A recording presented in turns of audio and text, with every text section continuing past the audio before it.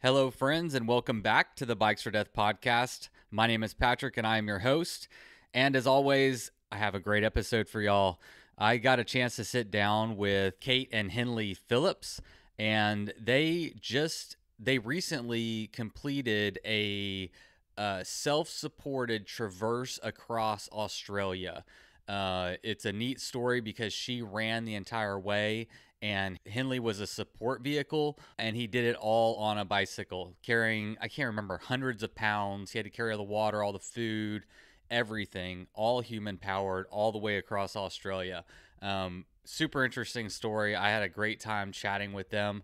We met in Austin and we met at a park. And a funny note there, about halfway into the interview, recess lets out at a school that's right next door, and before we know it, we're surrounded by tons of kids.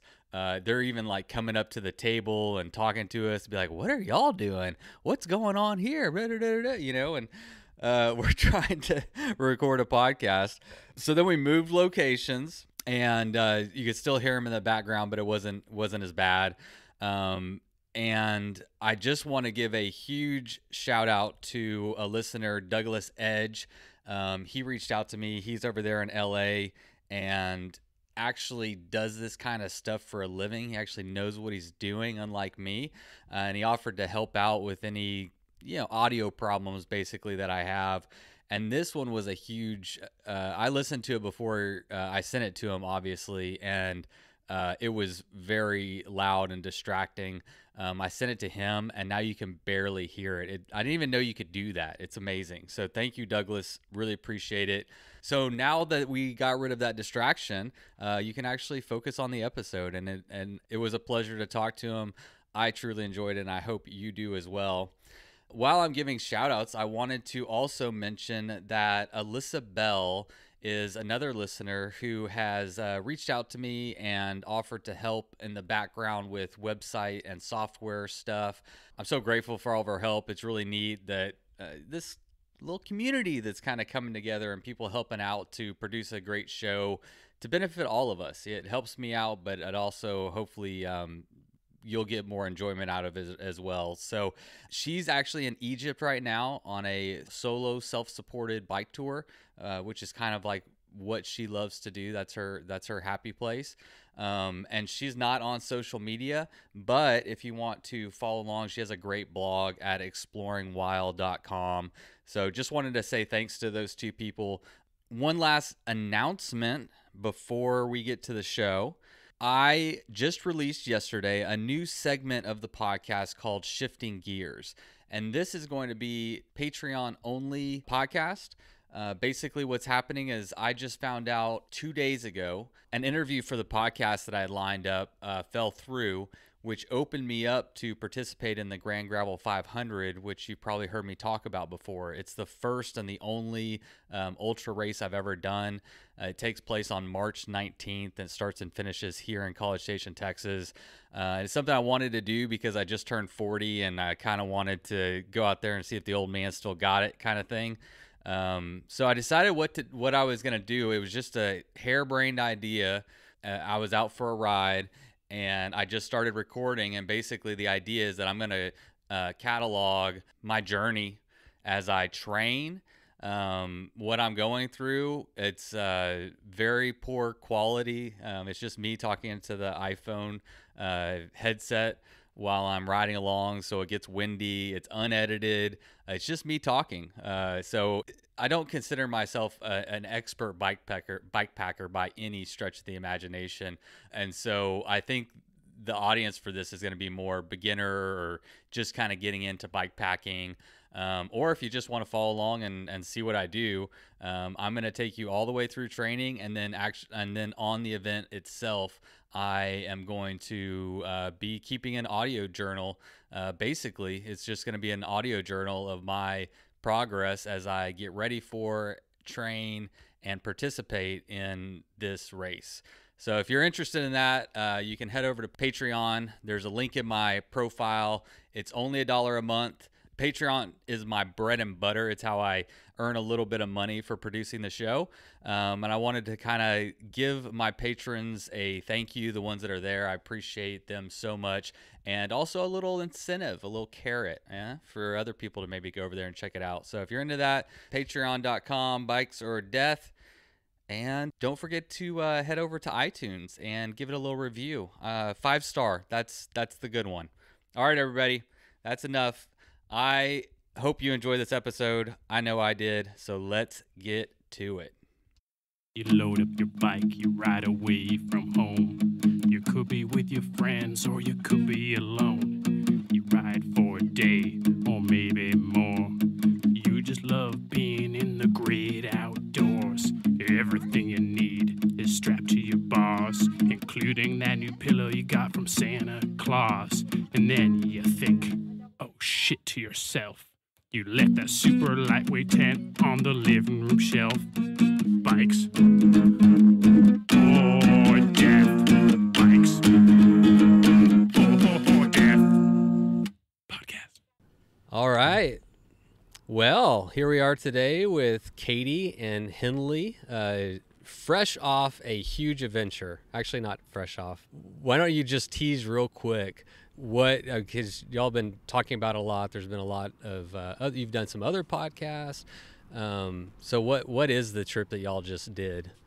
And when was it actually? Because I know. Oh, yeah. We're relatively fresh off this trip. We have been done since November 8th. And what the trip was a bicycle-supported run across Australia.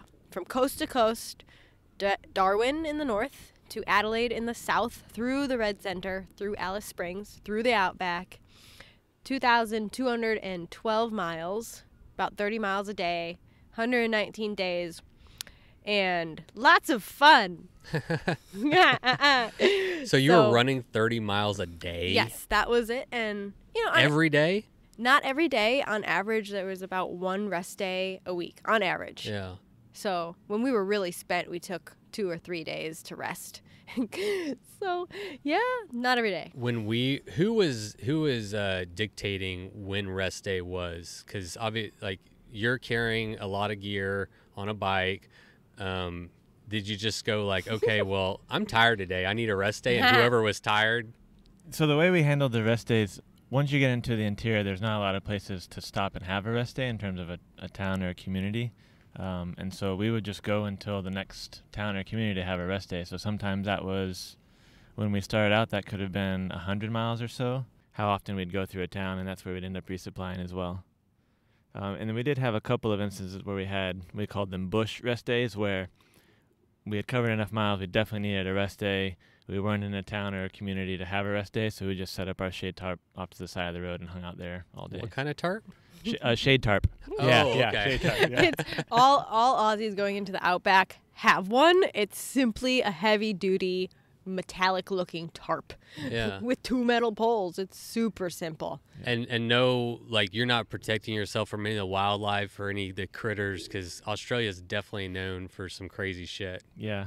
No, we didn't. Everyone would warn us about snakes and all the scorpions and spiders and this, that, and the other, but most of those things are nocturnal, and so, at night we were in the tent, so that was about all the protection we really needed to have. But during the day, it's too hot, and most critters are hanging out under a tree somewhere. Or They're scared of us. They don't want to come near us.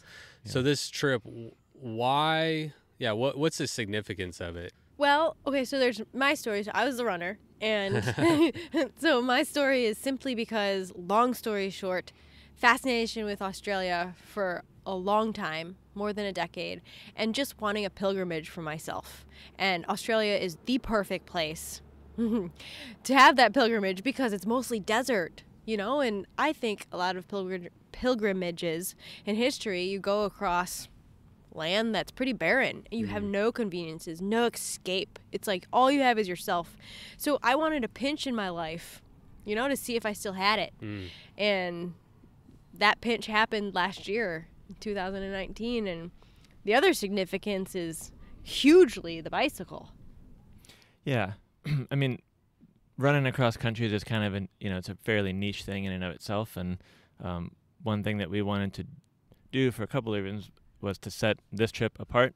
by being bicycle supported. So we didn't choose to use a van, which is common. Katie ran across the U.S. 10 years ago and used a van for support, and so we wanted to do it a little bit differently. North to south, west to east? Sure, east to west. East to west, Yeah. okay. Yeah. Did you follow what route did you follow? Is it the cycling route or? I would follow it by entering in point A to B, like literally this town to the next town on Google Maps, and click walking directions, and then wrote those things down on a piece of paper and stuck it in my pocket, and I would go that way. And that was van supported? Van supported, yeah. Okay. Mostly before social media and, maps on your phone. Yeah. No phones.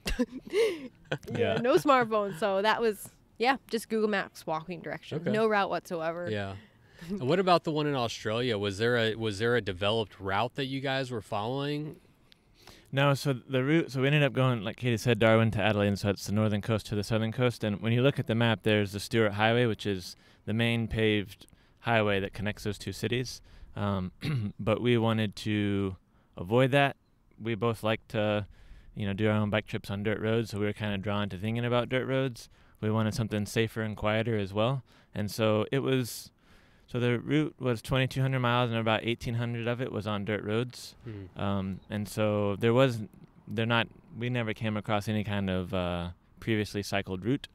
And so we just made it up as we went. A lot of Google Map terrain stuff. And so you didn't even have, when you departed, you didn't even have like a full route. You had a general idea, like we're going to go from here to here, but you're going to like make it up as you go. Well, we had the full route, but there's really nothing to base it on ahead of time. Yeah. There was, it's just beta. You're going off pure, not like just raw, whatever you can find on satellite, Google Earth. Yeah, a lot of Google Maps, Google Earth. So a lot of two of the routes, the Tanami track and the Unadata track, are popular routes for four-wheel drive folks, and so we were able to find out some information through reaching out on Instagram and different blogs from 10 years ago, and people still do blogs consistently. But to ask questions from a bicycle perspective, they couldn't really answer. We'd ask about water, and it's, you can get water every couple of days. And we'd ask about what is the mileage between those couple of days, and it'd be 600 miles or something. They're looking at it from a vehicle perspective. Yeah. So it was lots of also calling ahead to confirm, like, does this place that we see on this map still exist anymore? In a lot of cases, they didn't. It was. So we had a route, but we were still kind of ground truthing as we went along because things could have closed, a water source couldn't be there. Oh man. Yeah. I mean, things go wrong on 100-mile route. I mean, if you're going 2,200 miles. 2,200. Yeah. Just there's gonna be dead ends. There's gonna be roads that aren't really roads. There's gonna be all kinds of stuff. So I can only imagine. So going into this event, how did y'all individually train for it? Ooh, great question. Henley did nothing. All right. That's true. Which is funny to say. I was in charge of, interesting because she's the one that ran, but I'm the one that came up with the route for her to run. So I was in charge of those logistics and just making sure that things like food and water happened. I was wondering that, like, were you her brain kind of? I mean, Yes. you were like everything. I mean, when you're running 30 miles a day through the desert, you're just, I would assume, fried. Like, mentally and emotionally sometimes fried, but most of the time pretty with it mentally. okay. But with that said, you are right. Henley did everything. The route, I actually didn't want to be part of the route planning when we were in Missoula planning this thing 6 months prior to when we went there. Yeah. So Henley did that. He did all the fact checking. He did the resupplies, the water, how to get all this stuff on the bicycle. He did, when we were on the ground, all the cooking, all the food, all the tent setup, all the shade setup. And I will note that this was more of an effort for him a lot of the times compared to me, because all I had to do was run and survive, and he had to bike, which we'll talk about later how hard it was for him, and also do all those things. Well, why did you turn over so much of it to him? That's a lot of trust. Yeah. Like, I'm thinking about my wife being like, hey, I'm going to go run across Australia, but I want you to, I'm like thinking, no, this is a trap. I mean, that's actually kind of funny. You sealed our fate. No, 2 reasons. One, he's damn good at it. He is a logistician. He's planned plenty of routes for himself and groups in the past. Like, he can cross every T and dot every I when it comes to surviving across a landscape. And then secondly, I just personally didn't want any part of the route because I wanted to go to Australia without any preconceived notions, without any expectations, because I wanted a pure pilgrimage for my heart, for my mind, for my soul. So that's why, for me. I get that. I get that. I'm actually been kicking around the idea of doing an event maybe called like coordinates only, where basically all you do is say, you know, here's the basic gear you'll need. Here's how long you'll be gone. Here's the right kind of bike or whatever, you know, and then just meet here at this day at this time. But you don't know anything else, That is you know. such a good idea. Because like that, finding that adventure, like a true adventure, you know, they say adventure happens when shit goes wrong. It's because, oh, we didn't plan for this. But you do so much planning. Now there's so many routes and so many people have done so much stuff that like to do what you're doing, I totally get, because it's hard to find that. It's hard to, it's nice to just be able to like, okay, you do that. And all I'm going to do is like, he gave you a gift, it seems like, to be able to like just live in the moment and just take each day as it comes. And totally. You know, it's interesting though, because I kind of have a question. You did all the planning, Henley, but when you got there, did you have expectations that weren't met, or did you have a free experience like I kind of did? What was it like for you, even though you did all the planning? You know, to your point, there's a lot of resource and information that you can research to an exhaustive degree before you do something. And then you show up and it's like, yeah, I've seen this view before because I researched it.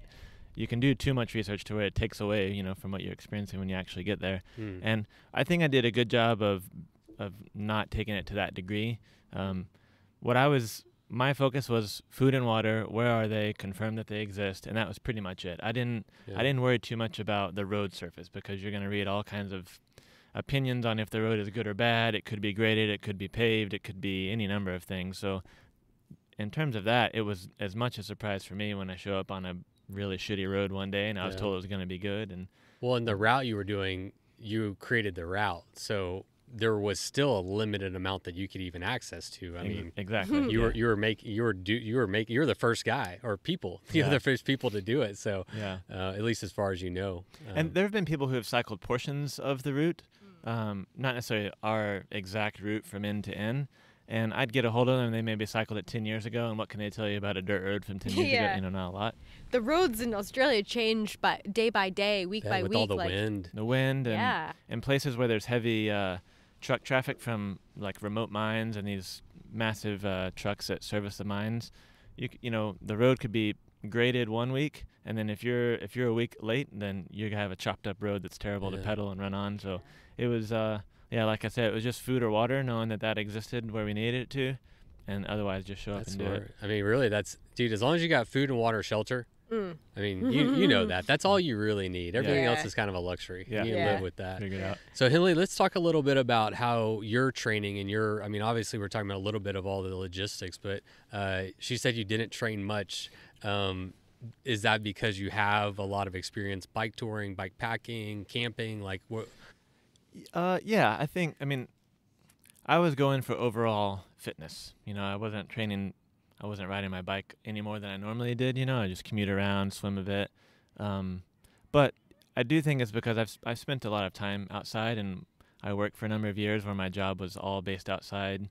And I just feel comfortable to a degree, knowing that I have experience in desert environments. Obviously not Australia particularly, but a desert environment. And there comes a point where you have enough days spent camping outside and enough situations that you've addressed and sorted out that you kind of feel like you can, within reason, go into anything and feel pretty confident. And the other thing, and Katie will probably say the same, and people who have thru-hiked or done really long trips before, you know that a lot of the training happens in the first couple of weeks. If it's a multi-month trip, a lot of it you're kind of figuring out, you know, in terms of your gear and shaking things out the first couple of weeks, and the same with being physically fit as well. So we kind of relied on the first couple of weeks to settle in. And I mean, Katie was running, you know, 180 to over 200 miles a week. There's just no way that she could have trained in a sustainable way to then show up in Australia and be ready, you know, to be healthy and ready to go. And the same for me. So we really just wanted to make sure that we had all the logistical pieces in place, because if you make an error there in the middle of the Tanami Desert, like, that's just too bad. You've screwed up. But if your knees hurt and maybe you could have done a little more training, well, then, you know, that'll come with time. Yeah. So what did you have to do in terms of what preparations did you have to make to your bike, and what were you actually carrying on the bike? And then I guess, it's kind of a long question when we get into like, what was it like for you to go 30 miles a day? Because I know 30 miles a day with a bike isn't a big deal, but what were you carrying on it? Yeah. Yeah, and the road surface too. Yeah. Made all the difference for Henley. Yeah. So what was that preparation like? So I went with a bike that I've had for a number of years that we've done other bike tours, bike packing trips on.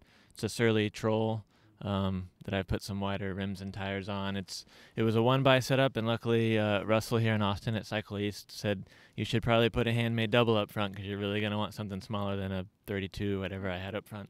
And it's a good thing because I lived in the granny ring the whole time. We called it the janky double. The janky double. So, at one point it broke, and I didn't have the ability to use a janky double, so it was truly janky.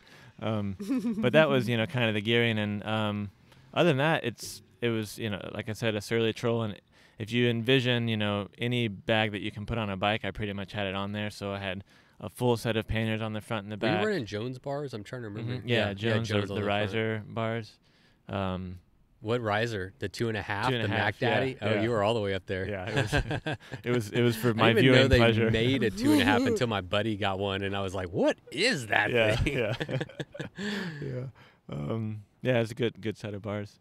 But yeah, basically I had kind of like the full complement of bike packing bags, along with panniers front and back, and the rack on the front and back was also piled high with stuff. And it's not that we went overkill, like it's just carrying for 2 people on a bike. There's a lot of stuff to carry. Yeah. And then I pulled a trailer. I think it's the Surly Ted trailer. It's like a little shorty. Okay. And the reason we chose that trailer is because it was simply the only option that could carry more than 300 pounds, right? We had a max of 300. A max of 300. There's like there's the Bob trailers that can carry a bit, but they max out like 75 pounds. Oh. And so I was carrying, in terms of water, 85 liters of water. So that's like 170 pounds just of water on the trailer. So really, Surly is the only thing that I think bikes at work or. Oh, yeah. There's some other trailer brand, but the rims on them kind of look like those old BMX rims. It's like a 5-star, like plasticky spoke-looking thing. Yeah, mag wheel. Yeah. And the wheels on the Surly Ted trailer are overbuilt.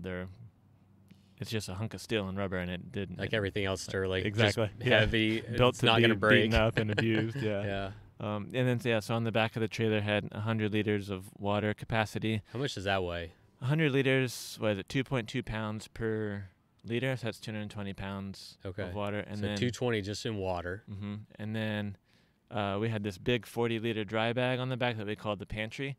So whenever we had really long stretches without resupply, we'd put all our extra food back there, and it would go on top. So, that's another 50 pounds or so on the back. So how much do you think, do you know how much everything weighed fully loaded? Not exactly, but I'm guesstimating, an average of 300 pounds for sure. And there were days where we were using 25 liters of water, so that's 50 pounds down every day. So luckily, you can't drink more. Yeah. Yeah. But I think it topped out around, a little over 350 pounds. Yeah. Wow. And that's the trailer plus everything on the bike. And to be specific, there was the Rockgeist frame bag that we had, and then what do you call the back of it? That's not the name we took. Oh, the boner bag? Oh, okay, I think we can that might say be, that on this show. Of course I could. Yeah. That might be, that could be an ultra romance term that we heard from something, but yeah, that was like the toolkit had all the spares and everything in it.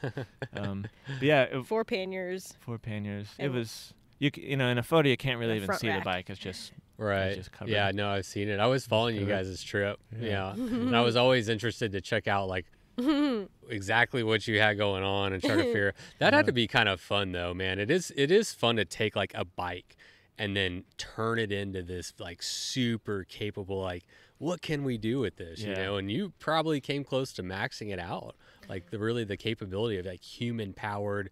That's cool. In hindsight, I think it's the thing I'm most proud about the trip is that we were able to, one, that Katie was able to do something that she's wanted to do for a long time, but that we were able to do it bike support. And there are plenty of moments where bike support looked like it wasn't going to work, but we stuck with it. And I just think it's a really cool example of I don't think we necessarily even consider ourselves athletes so much, but it's just taking a utilitarian tool that we use in daily life anyway and just coming up with a new application of it. Yeah. And like we use it to get groceries, we use it to go on, we've bike packed on it, we've toured, the traditional setup. We just done every little thing that we can on our bikes, and it made sense to extend that to this trip as well. Yeah. So. I like to think that all of our endeavors fall into like the human-powered activist. Because that's how we base our decisions, and this trip was such a great example of what that could look like. Yeah. Kind of outside the box a little bit. You mean just like in your daily life, you try to... Yeah. Yeah, and then, Yeah. so the Australia thing was just like a mega example, like flashy, let's get your attention. But Absolutely. like the real idea here is, guys, if I can go across Australia, you can go across the street and get some groceries on your bike. Yep, Exactly. absolutely. Yeah. Or walk. Or walk. put- Yeah. Yeah. Put your rollerblades on, whatever it is that you want. But Yeah. You all know this. I mean, not only is it healthy, but it's really good for, minimal footprint on the planet. So Yeah, it's great for It's- mental health. It's my, Yeah, we you always know talk it. about our bike as our like therapist, our Yeah. lover, our Our our lover. physical, our how we get our Therapist. exercise and yeah. all that Yeah. stuff. Yeah. I think it's cool to see, the bike is for all those things. And when I was doing the research, I would put the Google search term in bicycle supported run just to see if there was anything else out there. And I think it's cool to have just another example of what a bike can do. Yeah. I'm And pretty was proud there of that. anyone else? No. No, we didn't come up with anything. So not only was this the first traverse across Australia human powered, but to your knowledge, it's the only bicycle supported long distance run of this type. You are correct on one of those two fronts. Okay. The first, there has been a human-powered run across Australia. However, it's been self-supported, meaning the runner has pushed like a cart, Oh, how baby long does Sounds that miserable. take? I don't know how long it That's takes. called but... walking. Well, the person, it sure did look like they were running. Both a couple of guys, each independent of one another, went down the highway with this stroller, and Okay. that has been done. However, you're correct on the latter. This is definitely the first transcontinental run supported by bicycle on in any country, across any country. Yeah. So let's segue into like what your experience was like as a runner and being able to experience it free from all the logistics and the carrying the gear and just like, I mean, as much as I'm not a runner, I Yeah. do respect the simplicity of it. I mean, it's just you and your feet and you're running. Like Yeah. it's very simple. Yeah, it's simple to a maddening extent because not only are you in Australia with very few things to look at, which is part of the point, but also you don't really have to think about much. You really just have to put one foot in front of the other, make sure you're eating and drinking enough and, pooping and peeing. And so in that sense, it is a very simple endeavor and very free in the mind, and that's exactly what I wanted. However, when you're in agony and you're in pain and it's maddening to have to do this every day, it is something that we chose to do, right? Yeah. But it is maddening to have been doing that day in and day out. It's like you've got the mental space to think about the pain. You got the mental space to think about how it sucks and how much you want it to be over. So it's a pro and a con, but overall it's so worth it. Really, like that's what I thought. That is pilgrimage would interesting. If be. you still have the energy to like think about complaining, then you have more to go. You have Yeah. more I to know. give. You're not I there know. yet. That's that point when you're like, I'm just done. Like nothing Yeah. is. Oh, there were definitely a few Oh, I'm points where sure. all I could do is just lay down and stare up at the sky and cry. I couldn't think about anything. It was just this is the epitome of Yeah. How Something. hard? What like? Can you put into words like how hard this was? Yeah. Like yeah. And I'll explain that through a story. Okay. And I think one of the tipping points, we had several. One of the tipping points was we woke up. It was like the third month of the trip. We woke up and we had been going through a couple of weeks of, well, maybe a whole month of headwinds, like really brutal 25 to 35 mile per hour, I imagine, consistent, unrelenting headwinds. wow, And so there was a moment. it's like the and most demoralizing thing. it is. Just like I'm trying to get across a point that the headwinds, there was a moment one morning we woke up. Of course, we wake up every morning in the dark before sunrise. And of course, Henley's doing everything And he's putting away the tent. And, it's blowing wind like crazy still, even before sunrise. And Henley just like gets a nick on his head through a tree branch and begins to cry. And there were only a couple times that he really sobbed. And I think you ask, how hard was it?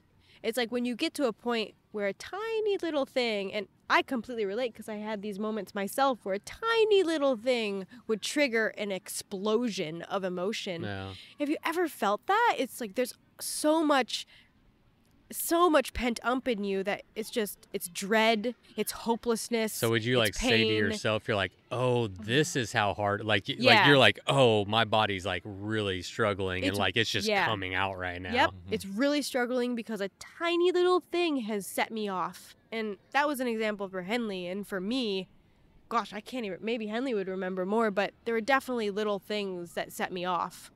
Do you remember any, Henley? Gosh, She called you out, Yeah, so I I was say, feel like, I how know, did it's that, like- how did that get flipped to me? I'm sorry. It's I'm like the supposed to first tell thing that that story, came to damn mind. it. I think I haven't thought about this, but I think you make a good point, because the two of us and you, I'm sure, and others, like, you've done things that you think in the moment, like, wow, this is really hard, but you still have it in you to just keep Yeah, on going. Just You know, slog it. it's hard. You recognize it's hard. You complain about it a little bit, but you keep on going. But I've never been brought to tears from anything because it was hard. Like this Yeah. feeling of dread, like just. Yeah, I guess it was a feeling of dread. Like, this is maybe bigger than what I can handle.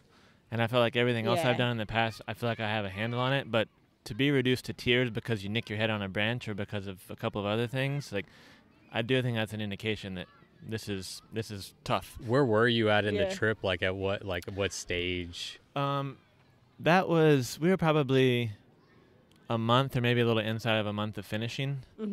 However, I will say that And you were out there for what, almost 3.5 months? Is that 119 days, so pretty much 4 months. okay? Yeah, 4 months. Yeah, 4 months. it was really at the halfway point where things started to really feel really terrible, emotionally and mentally mostly, because of the pain physically and all that. So it was about 2 months of feeling this way where, personally for me, the physical manifestation of my pain and the dread it made my chest feel completely restricted. Like, you were like having panic attack, like verging on that. Yeah. Verging on, that's what felt like in my chest. Yeah. Yeah, whenever you get stressed, like your body Yeah. starts to feel it. You know, Yeah. it's crazy how like your body is so in tune to what's going on, and when you start Yeah. getting like stressed, your body like Yeah. kind of starts shutting down, which is Yeah. not what it needs to do. No, yeah, when you got to get up and do 30 miles again, that's not what you want to start with. Yeah. I think you asked like if there was a moment that I recognized in Katie. I do think I think tears are very indicative of something that's going on. That's you try and say that you have a handle on until you don't, and it kind of wells up. And probably about 3 months in or so. So we were probably 1,200 miles in, 1,300 miles in. Katie finished another day of running 30 miles, and she was dealing with some pain in her knees, and so she would walk a minute, run a minute, walk a minute, run a minute to try and get through the day. I thought it was a really positive day, that despite her injuries, we were still making the ground. I thought we had a really nice campsite that night. I thought we had a lot of really nice things going for us. And then Katie comes and like, You're in a good place. I was like, basically, yeah, that's great, man. Like, I know she's in pain, but we covered the miles. We're in a good place. We're eating tuna and pasta again tonight. Can't be that. But Katie just comes. You and get the sits- flavored tunas. we Actually, we had the olive oil ones. Okay, Flavored enough. good enough. Olive oil and salt, and yeah. But just her coming into camp and sitting down in the chair and just like totally, sobbing and losing it. And when you think you've had a really good day and you turn around and you see your partner just. We got lots of kids circling. We're being circled by. we're at a park. We got kiddos in the background. Yeah, I wonder. All right, everybody. We have changed locations really quickly because of all the kids in the background. We were apparently in the middle of recess, so we're going to pick up with Henley's story about Katie crying. Ooh, what a good one. I guess what was the question? Why we got on the topic of crying. Well, and I said, how hard is How like, hard? yeah, like how can you put into perspective how hard this actually was? yeah. And Katie took the advantage to tell a story about me crying, so I thought I'd get her back and tell You a pussy. story about her crying. You just wanted to say that and feel I like you know. weren't going to get in trouble. Inside joke.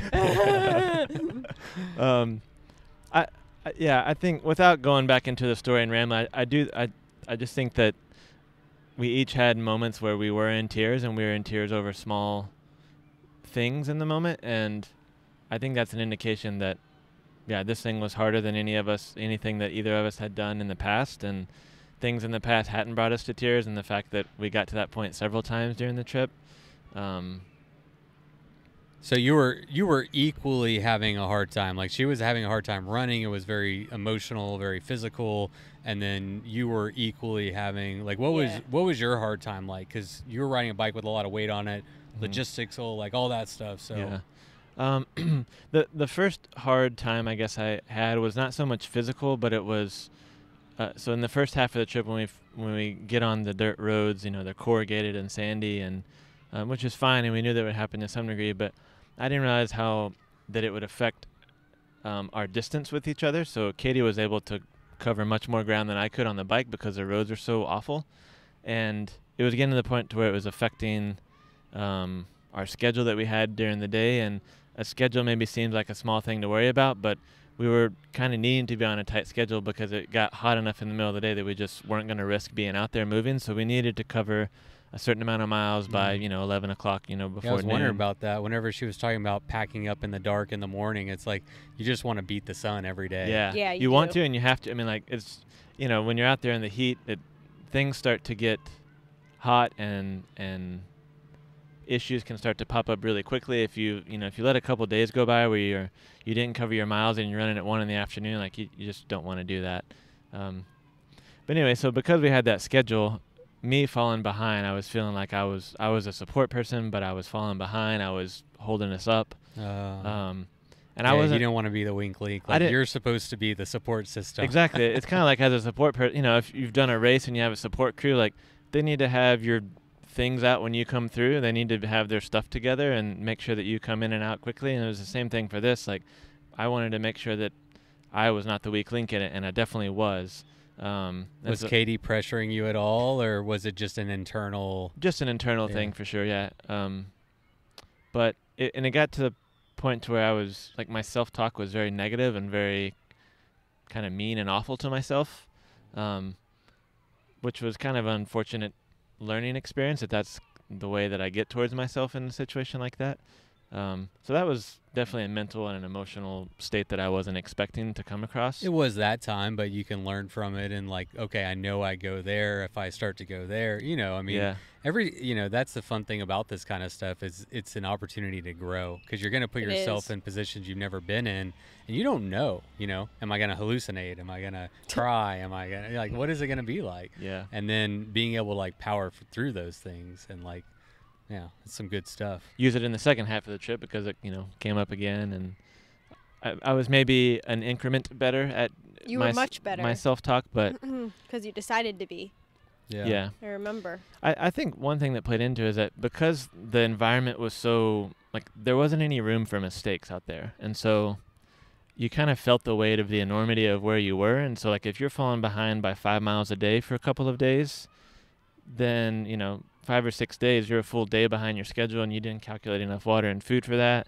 And you might not see anyone who can come and help you. Yeah. And so that weight on top of everything else added a lot. All right, I want to talk about the fact that y'all are in a relationship and you Yes. do adventures and stuff together. Woo. So, Katie, your turn. How do y'all do? I mean, in terms of like, this is a big trip that'll test, I think, your relationship. But just in general, do y'all recreate well together? Ooh, yeah. And you know what? Not only is it respect, trust, and love that our relationship is founded upon, but it's also the adventuring that we first found that we had the same interest in adventuring, running, cycling, going across a town on an adventure-thon, or going across a country on an adventure that took many Yeah. weeks or months. We definitely, the first thing we dreamed of together when we were just friends was that kind of stuff. We knew we wanted to do those things, Yeah. independent of being in a relationship with one another, which we eventually, fell in love and got married. But that's just the kind of stuff that we both absolutely love to do as individuals and then together. So that's a plus. But when you go on I think these that's trips, important too. Like that's one thing I yeah. talk to people about is like, if you're hardcore into this kind of stuff, like you Yeah. need, it's not gonna work too well if your partner isn't hardcore into it as Mhm. well. Yeah. Well, yeah. Yeah. At least not in my experience, Yeah. or your partner would just have to be okay with you being gone for Yeah. which is hard. doing your thing. Yeah, which can be hard to do. Yeah. We understand each other in that realm because I understand how Henley's I understand why he wants to go and do certain things and the dreams that he has now. Like, I get why he wants to go do those things because I understand what it means for me to dream about doing those same things too. Sure. So we connect on that. However, it seems like you asked, what happens when you're in the thick of it, maybe, Yeah. and you're in a relationship? Does it test your relationship? And I was asked this question before, and Henley doesn't know my answer, but it was a pretty simple response, and that is, I don't feel like our relationship is tested at all by these adventures because of the foundation of our relationship. It's like, I believe that everything we go through, it's all about learning and learning how, for example, Henley talked about how he treats himself when he's in the shit. And he learns about how I deal with my suffering, and that only helps us be a better couple. So going through You can learn how to help each other through those times. Exactly. And we can learn the other side of each other, like Henley's dark side or my whimpering dark side. And So Henley cries. Henley has a dark side.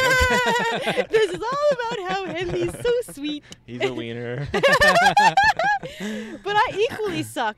I'm I just like. kidding. I'm giving him No, I'm credit. not saying you suck, Henley. I just, No, I mean obviously we learn not. about each other. Yeah. And so Yeah. I don't feel like our relationship has ever been tested.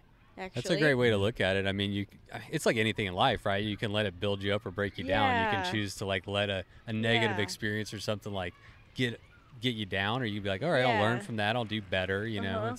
Uh-huh. I will say it's super heartbreaking. Super is a dumb word. It's really is a dumb word too. Very. It's heartbreaking. Oh. It was heartbreaking to see your spouse, your loved one, go through that kind of pain. Yeah. And for me particularly, like knowing that he was out here on my account, just to support something I wanted to do.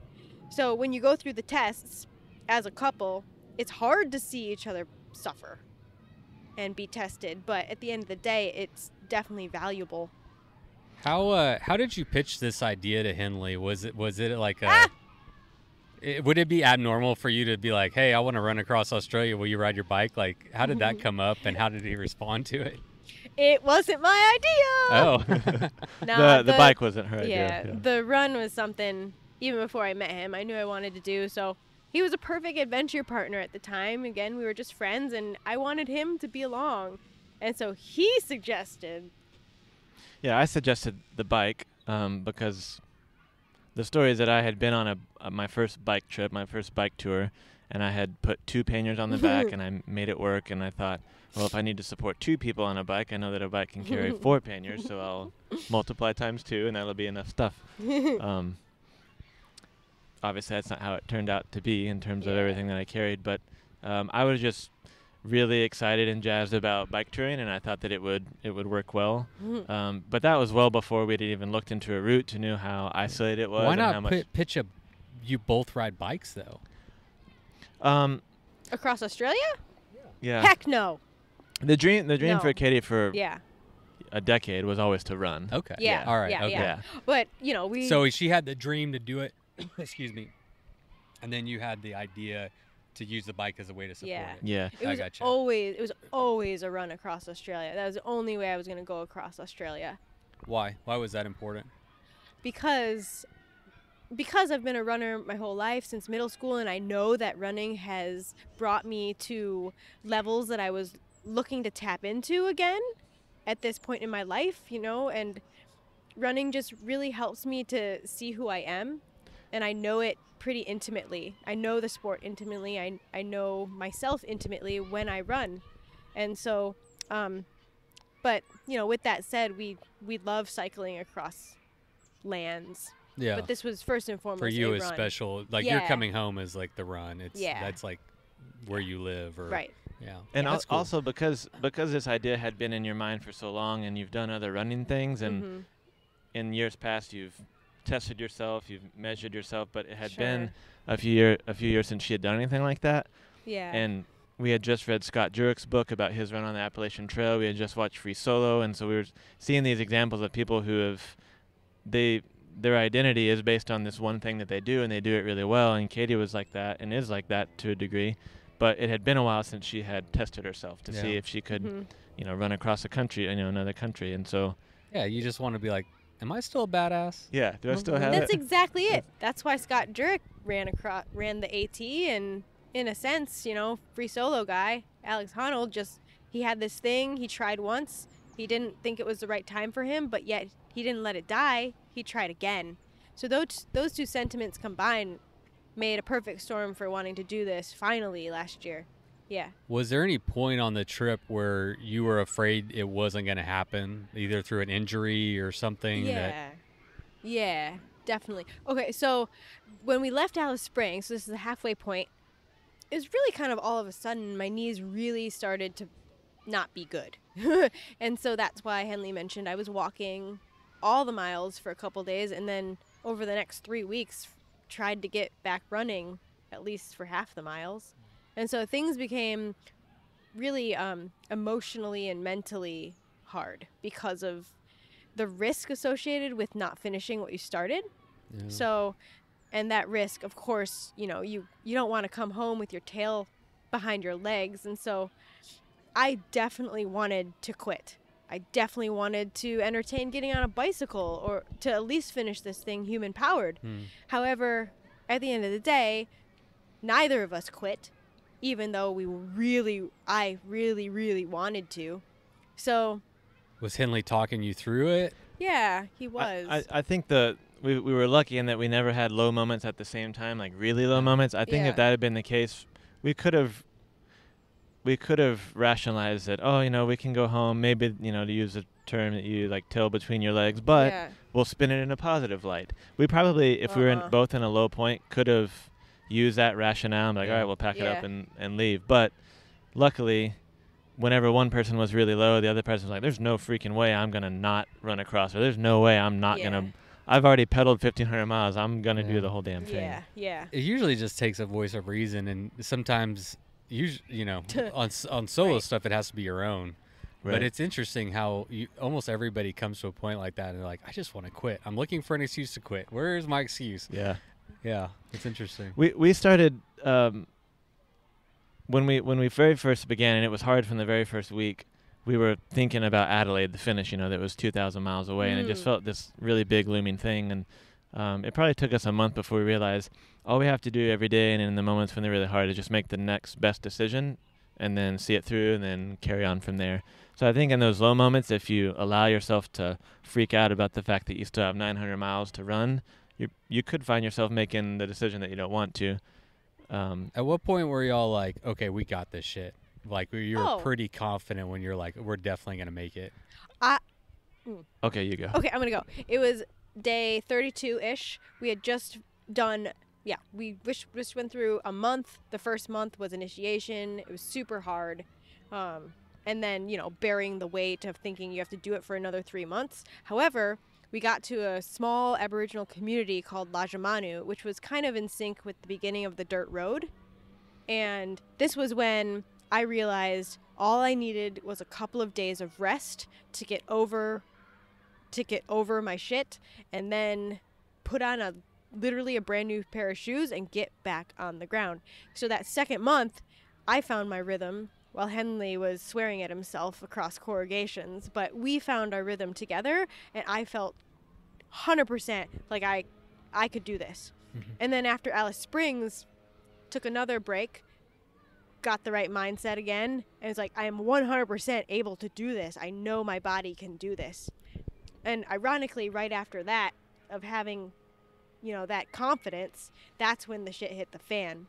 And lots of things happened all at the same time to really demoralize us.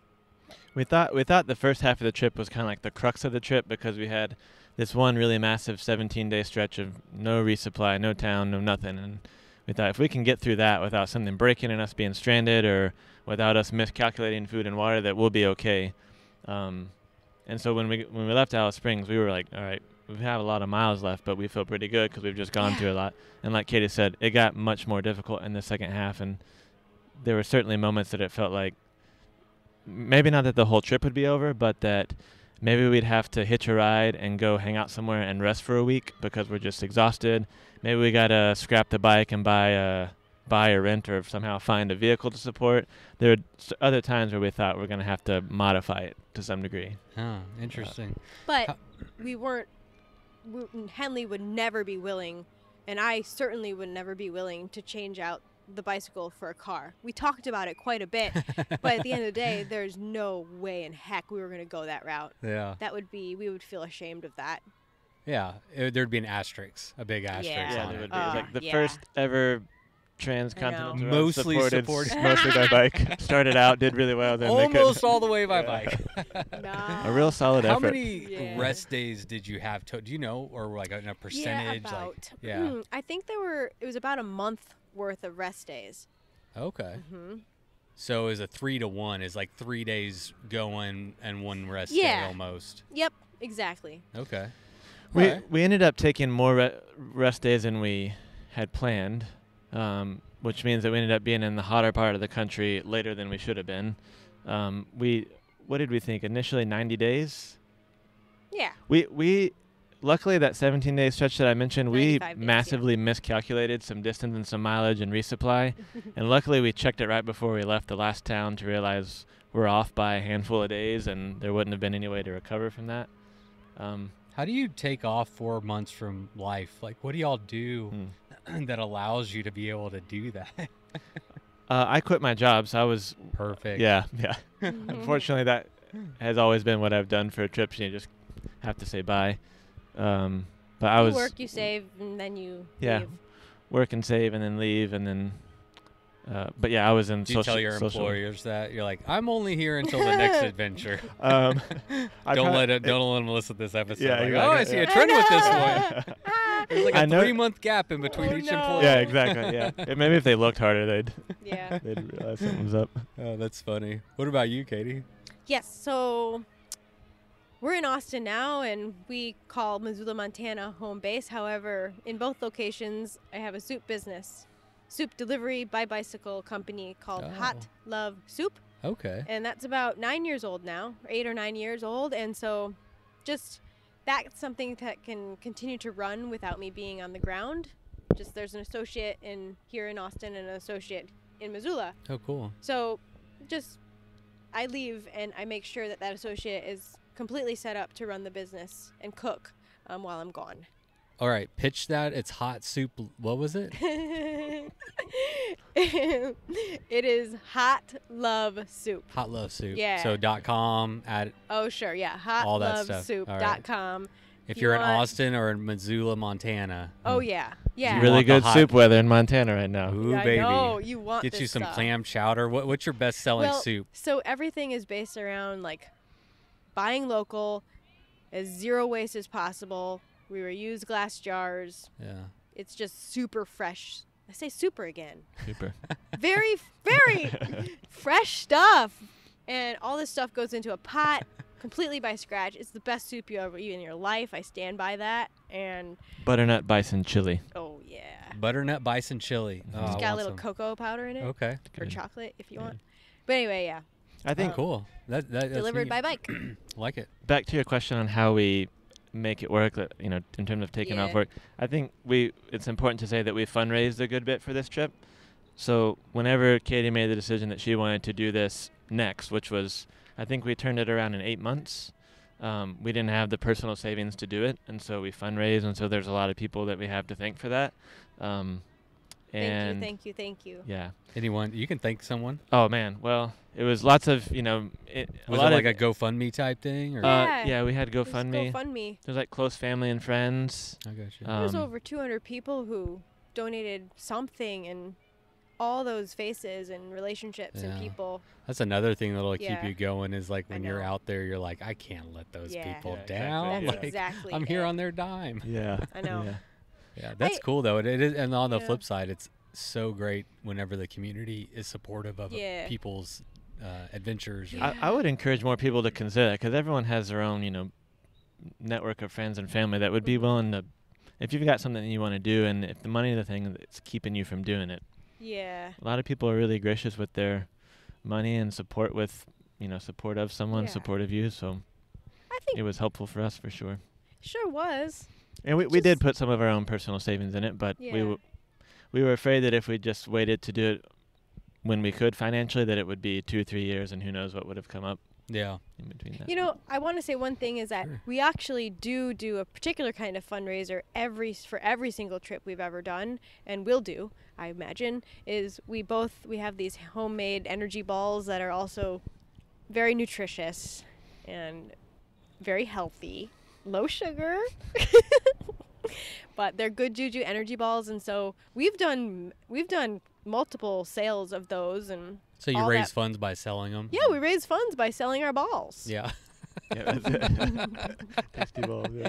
Yeah. Oh, that's a good It's one. great, That's a really, great marketing consistently. strat. Buy our balls. I think it's just, isn't it true, right, that so often people have an idea and they've got everything they need except for the money to buy the plane ticket there, to Yeah. buy their food there. Like, there are a lot of really creative ways that you can fundraise a little bit of money to do. Yeah. Well, the your nice thing, thing and- about what y'all are doing is it is very low cost. I mean, there's so many more. I mean, you're True. not driving luxury sports cars across Italy or something. yeah. Like, Mm-hmm. you just like the cost to do something super epic, like 4 months.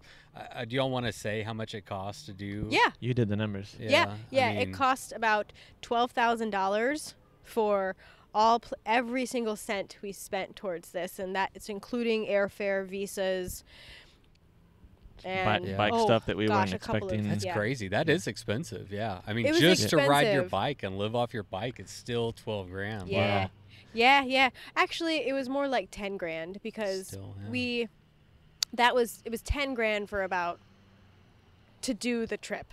Yeah. And the other 2,000 is more like what we personally spent on other things. Trick with Australia, it's the other side of the world. Flights are expensive. All Right. your bike, we probably spent close to $1,000 just in bike fees, getting stuff to Right. and from. Yeah, And bike fees, gosh. all those bike things that- mechanics, bike shop fees. When did y'all wrap up? Actually, first, let's talk. What was it like to finish? We got to talk about the finish. So what was that like coming in after 4 months? well, the finish, we had three days outside of Adelaide. You start seeing the city. Mm-hmm. And so the camping in Australia is just wonderful because there are no fences anywhere really in the interior. There's no one cares if you're out there camping. So we just hit 30 miles and camp. Well, when we got closer to Adelaide, you start seeing you're hemmed in on with fences on either side of the road. You're sleeping in awkward places. You have traffic. You have a train. So we were starting to see like we're getting closer to the city. It's not as the experience was it just totally changed. And that was. It would have been a little nicer to just, bam, be done, and we're in Adelaide. But we had 3 days of like slowly getting into traffic and all these other things. And then the last day, again, the wind. The wind was a constant. Even on the last day, there was a, what were they calling it? A polar surge. Polar surge from Antarctica. It was like blowing a headwind. Really? Oh my! So it was just Headwind, rain. cold, flat windy, tire. rainy. We had a flat tire on the last day, which, is my rear tire. And it just wouldn't seal. And to take the tire off, I had to take off the panniers, the trailer. I just didn't want to. I didn't want to do all that work. I just wanted to seal, and it didn't. Oh, that's so frustrating. Like I'm so close. I know, like. It's just ironic, isn't it? Yeah. Yeah. So it was actually a bit of a frustrating, and it wasn't the finished day that we probably had envisioned for ourselves. Was there a big fanfare like when you finished? There were about 20 people. My parents flew in from Chicago, where I'm from and where they still live. They kind of surprised us by telling us 3 weeks before, we're coming. We're going to see your finish. So they were there. And then about, 20 other people friends, contacts who we met along the way, even, or who happened to live in Adelaide. Yeah. So yeah, there were people there, expecting us at 5 o'clock. Was there like news crew that were like following you guys? I mean, No. not following you on your journey, but they didn't No. even know that y'all were doing it? That's a good question. I don't know who knew in terms of the media, but it's interesting because we were told that in order to have coverage for like a bike ride across something or a run across something, at least in Australia, you got to be associated with raising monies for a charity. And so we were pretty disheartened and disappointed by that, because even though we didn't raise money for a charity, our story is sure worth telling because of Yeah, you so many traverse the reasons. entire country of Australia. I Which mean, most that's- Australians will tell you, we don't even go to the interior. Like, we're almost like Yeah. reporters coming out of the What's it interior. like? What's it like out there? Yeah. I mean, we even had people, no joke, white Australians, when we were speaking to them after the fact, that wanted to know, we went through Aboriginal communities. They wanted to know, what's it like there? Like, were they nice? It was like, we didn't go to a foreign country. We were in your own country. Like, you can go and see it for yourself, but Yeah, It's that's not- crazy. not a place they'd I visit, mean, yeah. yeah, that's wild that they wouldn't, like, a news crew wouldn't be like, yeah, I guess we should like go over there and Yeah. interview them. Like, Yeah. oh well, yeah, oh well. oh well. Well, we're here now hey, with Bikes or Death. Bikes That's how or we Death. Bikes or Death is global. We're in Australia. Yeah. I've interviewed Carrie State, that's based there in Australia with Kayla. Did you go to Australia? No, Oh, no, no, okay. no. I don't. That's a long. You didn't get a plane comp flight. flight over to do the interview? No. If Carrie, if you want to fly me in for the next one, Yeah. I'm actually interviewing him on Sunday. This Cool. Sunday, we're doing another one. Yeah. Cool. He had a funny story. Carrie's a hilarious guy, and he was coming on the podcast, and he was in a bike shop, and this guy at the bike shop was like, hey, there's this cool podcast he's had on all these people, blah, blah, blah. And Carrie's like, fuck, I don't listen to podcasts, blah, blah, blah. And the guy's like, oh, yeah, it's called Bikes or Death. And he's like, oh, Bikes or I'm going on that one. Something about the name. Yeah. He recognized No, the he knew name. that he- Yeah, yeah. he recognized the name. Oh. So like, yeah, and Wow. the crazy part was like he was just randomly in a bike shop in Australia, and they were talking about my podcast, That's and he awesome. just happened to be coming on like that day or something. They're all bad except Bikes or Death. I'm going on that one. I Yeah. know. Wow. Yeah. The finish, to get back to the question of the finish, because we're, like, for the first time we were kind of on a time schedule, because we had told people who were waiting for us we'll be there at a certain time, and things went wrong and we were late, which we hadn't experienced the feeling of being late for anything for 4 months. And then True. then when we finished, we It's were so true. Yeah. like, we've been perfectly on time for 118 days. Yeah.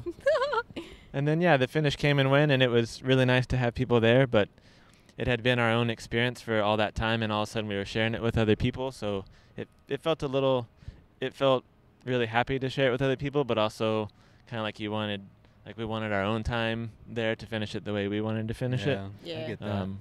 Yeah, they can't really relate to what you did. No. Yeah. Yeah, I mean, What without- did you? Oh, go ahead. I don't want to complain, but the words that come to mind were somewhat of a letdown, and the reason I bring that up is because that's the risk associated with having expectations, like massive expectations, and the whole trip I had been dreaming about the finish. And so when on these adventures, like Henley mentioned before, it could be detrimental to think about the finish for so long. You simply need to make, what Henley said, the next best decision and take it as it comes. Be present. I know, you It's hear hard to that a do for lot. 4 months. It's Yeah. hard to do, Yeah. but just Yeah. for long trips like this, I don't know if I would have thought about the finish as much in retrospect, because it was very different than what I hoped it would be. Was there a sadness to be done, or was Oh, it more of yeah. like a happiness to be done? What was that? Is like, I think it was okay. It was both. It was probably 50-50. Yeah. We not only it's a tough one. Yeah, it's like we're not sharing this between just each other because we're the only ones who understand. Like, we've got other people, which is great, but and then we were relieved, like we don't have to run and cycle anymore. That was the best part, but everything else associated with being done, we were sad about. Yeah. Like, we really missed it. It's like you can't have these opportunities again exactly the way you just experienced them. So, yep. It was Bittersweet, done. bittersweet. Yeah. Lesson yeah. learned for the future, for sure. If you can, what you said, it's hard, and it is to not dwell so much on the future when you're having a long trip like this, and when it gets Yeah. really hard, Mhm. because it'll come sooner than you think, and you're gonna be sad that it is. Yeah. When did y'all complete that trip? What- November 8th in Adelaide, in 2019. 2019. Okay, so you're pretty fresh off. I mean, Mhm. We we're are. 3 months off of that. A little Two less, and a half but yeah, months. 2.5 yeah. months. Yeah. Okay. Yeah. Wow. It could be a nice time if you want to talk about the fires, because that is something definitely going on right now. And Yeah. Absolutely.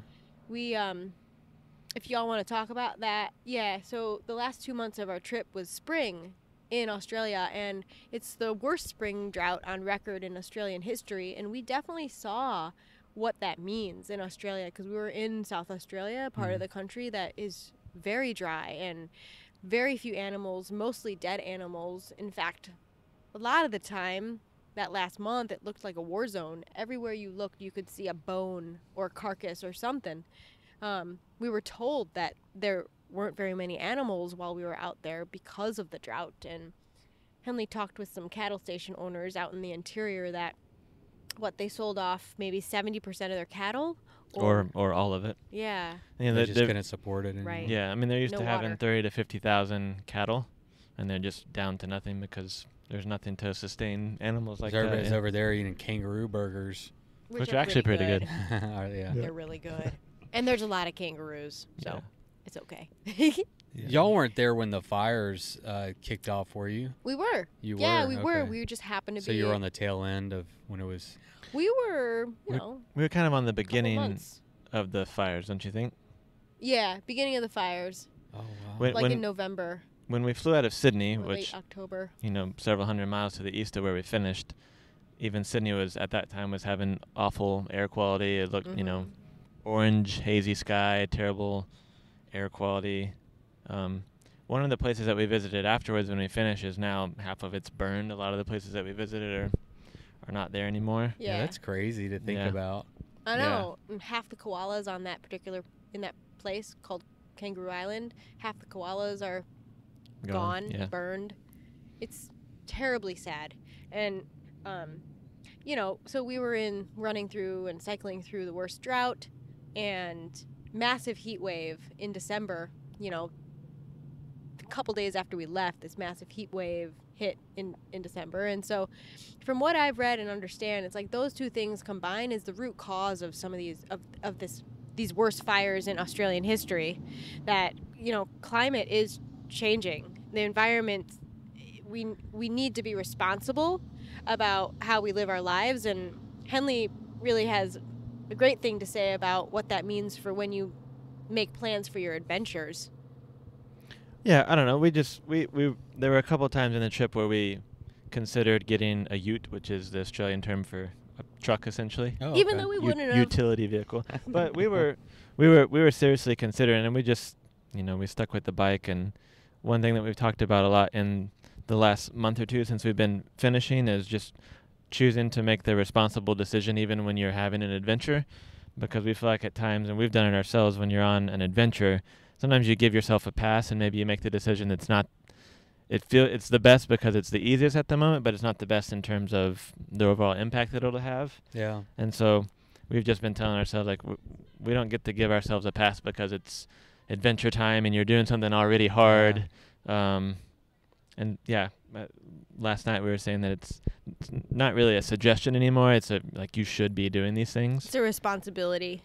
Yeah, that's a big obviously, I mean, that is one of the greatest problems of our time right now is global warming. Yeah. I mean, whether Florida's sinking or whether Australia's burning or Yeah. whatever. I mean, we're in Texas right now and it's 70 degrees in Yeah. January 23rd. Like, Yeah.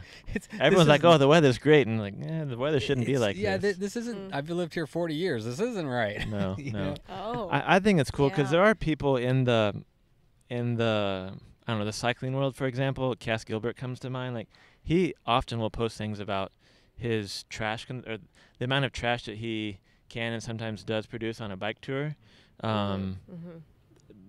The traveling world, there's a lot of packaged goods. There's a lot Yeah. of trash and waste that come along with things, and there are people who are starting to talk about it more and more and be more vocal about it. And There's some companies that are coming out with the recyclable, disposable packaging that I've heard about. Recyclable or compostable? I'm trying to remember. I don't want to speak out of turn, but it was one of those where it's either.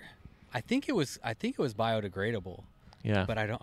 That's better than trash. I'll have to. right? I'll have to Google that Or before I something. release this. Yeah. So I'll link to it. But I mean, that's a good point. But the 'cause- point, I think there's people that are like actively looking for ways to solve that problem. Definitely, yeah. Good. And sometimes you think like, oh, like last minute piece of gear for my trip, I have to have it. Too bad if it comes in a bunch of extra packaging. But hopefully, companies will start to care a bit more about that kind of stuff because people like us will want it and demand it from them. Yep. Yeah, I mean, it's got to be driven by a consumer. Like Yeah. the consumer has to seek out those items and live intentionally. Yeah, Because it's all about money. We live in an economic system. yeah. Mhm. The sitting around waiting for a government to come up with a policy or for someone else to say, okay, now it's cheaper, better, easier to do it is not going to work. It's just decisions that we have to make. Our government doesn't even deliver the mail very well. I'm not waiting for them to solve global warming either. You know, in Australia, it was, I mean, we only went through one other big city en route, Alice Springs. All the mail carriers that we saw were on bicycles. Yeah. And it's Yeah. a sizable city, and they're all on bikes scooting around. Oh, And that's awesome. yeah. That's so cool. Henley, do you have a Instagram or a thing where how people could follow you? Yeah, Henley.Phillips, just my name with a period in the middle. Okay. HENLEY.Phillips. And we have at Katie Visco and katievisco.com. Yeah. So the Instagram, Katie Visco, Yeah. and then katievisco.com website. Everybody. It's me. It's me. It's I'm me. saying my name. All right, guys. Well, I appreciate y'all coming on. That's a fascinating story. Cool. Thanks for having us. I'm looking Man. forward to watching your next adventures. And I want to see a relationship book on Uh-huh. how to be an adventurous couple. Ooh. All right, let's write it. There we Yeah. go. Do you think there's a desire to read that? I don't know, man. I feel like it's a question I get a lot Huh. because, you know, Yeah. my wife and I both do stuff like this. And Huh. I think that people, it's Uh-huh. like, I think when you go on trips like that, it can either make you or break you. And That's a really if you're cool. having a success, like your perspective was really interesting, right? So like if you take your success and be like, this is how we do it, you know, and this is how we support each other. I mean, I don't know. I think it'd be cool. Maybe a video or something. But yeah, I Yeah. definitely think that there's people out there that want to recreate with their partner Mm-hmm. and maybe struggle for whatever reason. It could be difference in ability or, Yeah. you know, all kinds of things. And so getting on the same page with someone is actually hard to do. You know, it's like if you're going to do like a long trip, you know, any kind of, right, it's running, biking, whatever, it's usually about self-care and like just like you only have to Yeah. worry about yourself. But when there's somebody else there, that's a whole nother dynamic. You got to worry about their emotions, their health, their logistics. Uh-huh. Like, so yeah, I think just spitballing. There Your could be next some- calling, Henley. Next calling. Marriage counseling. Self-help marriage Marriage counseling counseling. author. For adventuresome Well, just couples. get more. You know, it's all about getting people to recreate. You know, Yeah. inspiring people to get out there, and y'all obviously are able to do it and have been doing it for a while. And if you think about it, there aren't a lot of couples that do stuff really together. It's like you might both be cyclists, but like one is doing their own thing, the other one's doing it. But to actually do it like together, yeah, I don't know. Huh. It's definitely Wow. probably a little unique. I think Interesting. you didn't even know that. Maybe don't I'll think we scrap really graduate did. school and I'll become a self-help Yeah. marriage counselor I'll author. be your first student. There we go. As long as you wear those braids that Yeah. you're currently Yeah. wearing, Henley. Okay. Yeah, Henley's got the long hair and Katie's got the short hair. I like it. Yeah, opposites. Yeah. All right, guys. Kay's got the long beard. I've got the short beard. What? All right, that's a perfect way to stop it. Nobody's Cool. supposed to know that.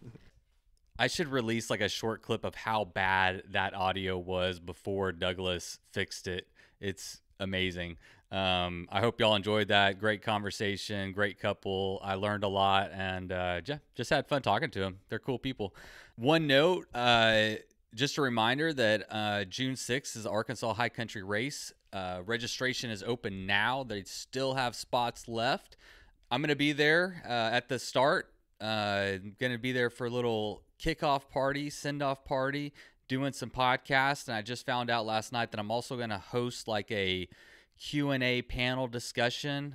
They're expecting like 300 to 500 people are gonna show up.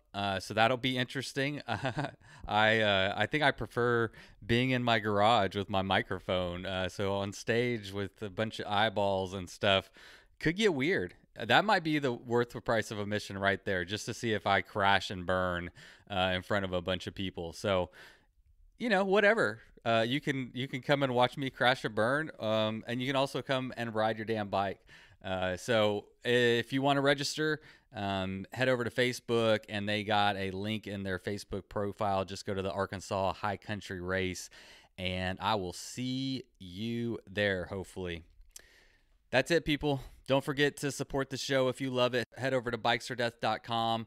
I'm going to be releasing another Shifting Gears episode like today or tomorrow. I'm going to be dropping those on the regular. Unedited, raw, unfiltered, maybe not your cup of tea, but heck, what are you going to do? All right, everybody, have a good one. It's beautiful outside, and even if it isn't, go ride your damn bike. You load up your bike, you ride away from home. You could be with your friends or you could be alone. You ride for a day or maybe more. You just love being in the great outdoors. Everything you need is strapped to your bars, including that new pillow you got from Santa Claus. And then you think, oh shit, to yourself. You left that super lightweight tent on the living room shelf. Bikes.